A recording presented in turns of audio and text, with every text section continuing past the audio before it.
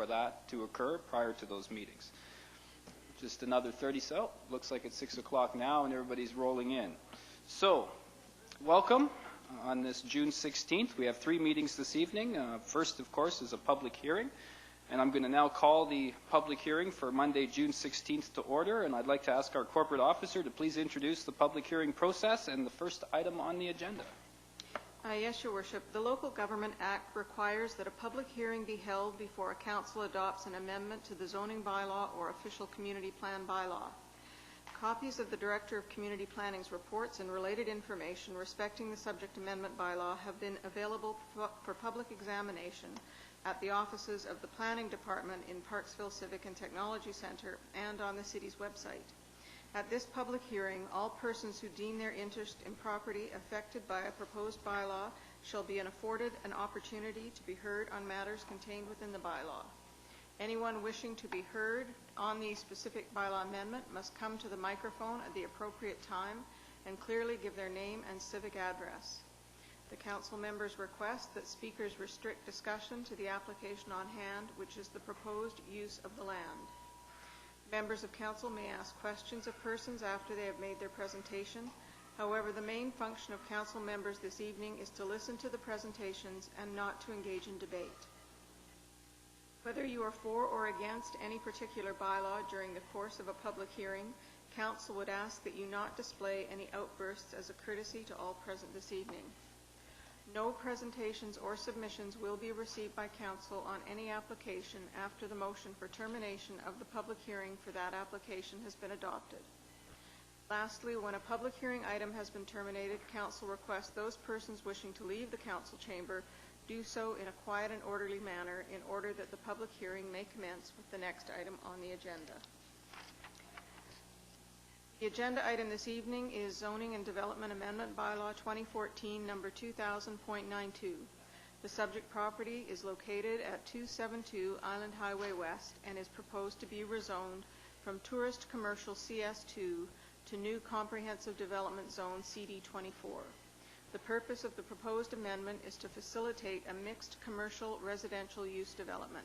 There have been no items of correspondence received in response to this application. All right, thank you. So now is the time, ladies and gentlemen. I'd like to invite anyone who wishes to speak to this matter to please come forward. This is for a first time. If you wouldn't mind, ma'am, just in the seat right here. No rush. Yeah, I believe so. I'm not certain that microphone back there is on. And if you wouldn't mind, when you get there, want to make sure that red light is on. There's a button on that microphone. And if you wouldn't mind stating your name and civic address for the record. Thank you. You're good. Go ahead. I'm Maria Maslavat. I live at the top of Lombardy, which is the intersection that is right next to this new development. Can you give me the civic address, please, Maria? 286 Morrison. 286 Morrison. Okay, very good. Yeah. So my son and daughter own this house, and so I'm speaking on their behalf. I'm wondering what kind of density study has been done with this development, and there's 2 other developments very nearby, one on McMillan that's being discussed, and there's another one on Moliette. So I think with those 3 large developments, the traffic pattern is bound to change. Morrison is already a very busy street.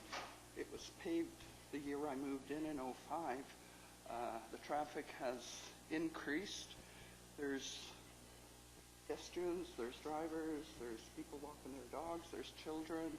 It's a straight stretch, which means that speeding is pretty well inevitable, or certainly does occur.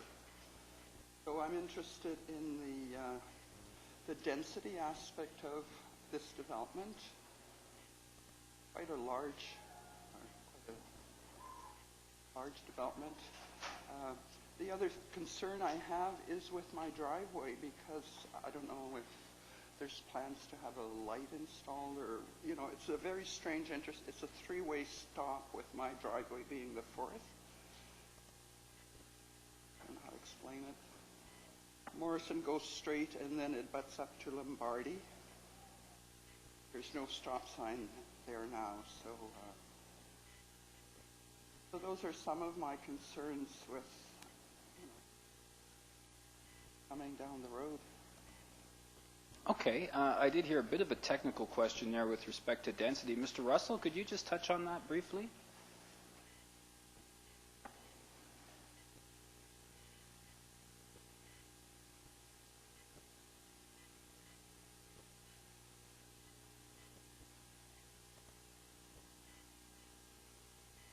Interesting that if there have been studies done that would show what the influence of these three main developments would be on that section of the road. You ready, Mr. Russell? Go ahead.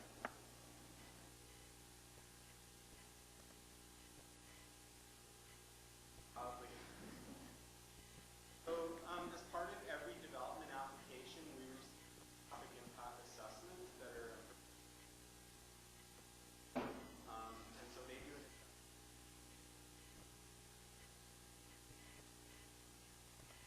traffic flow prediction.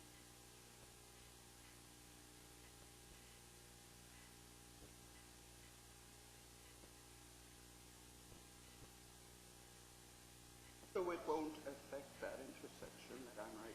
Correct. The access proposed is as to the density of a whole lot of need.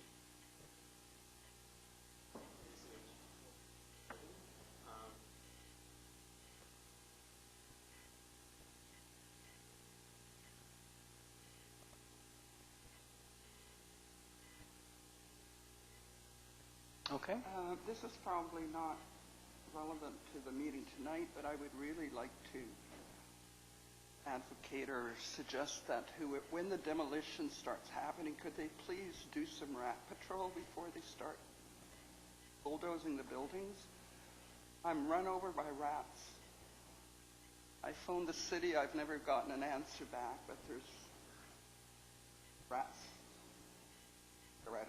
I assumed it was the restaurants in the area. I asked if they had been inspected, but I think what happens is these old buildings get bulldozed and all the rats move further inland. And I get a rat a week from my cats. I've been through 2 cats already. It's not an easy job for cats to find rats. And, I think I would hope that something could be done about that before they start demolishing. A building's been empty many years. Food available, mainly through people having bird feeders. It's the main nourishment for rats in town. I don't think they're banned. Anyway, I think those are my main points that I have.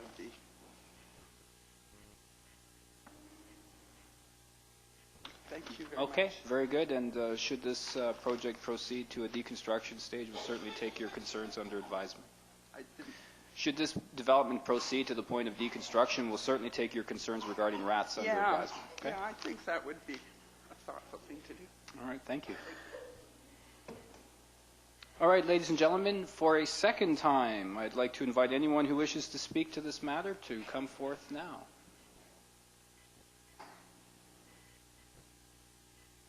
All right, for a third and final time, final call. Is anyone interested in speaking to this matter? Please come forth now. All right, very good.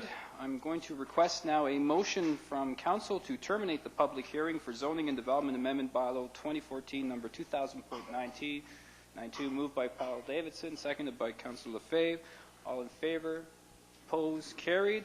This public hearing is terminated, and now I need a mover and a seconder to adjourn this meeting. Moved by Councillor Lefebvre, seconded by Councillor Paul Davidson.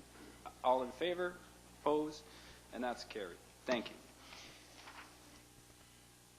Do we have all the microphones working on this side of the room? Do we want to take a few moments here to see if we can get them up and running? In the meantime, before we commence the next meeting, which is a committee of the whole, is there anyone in the audience that has any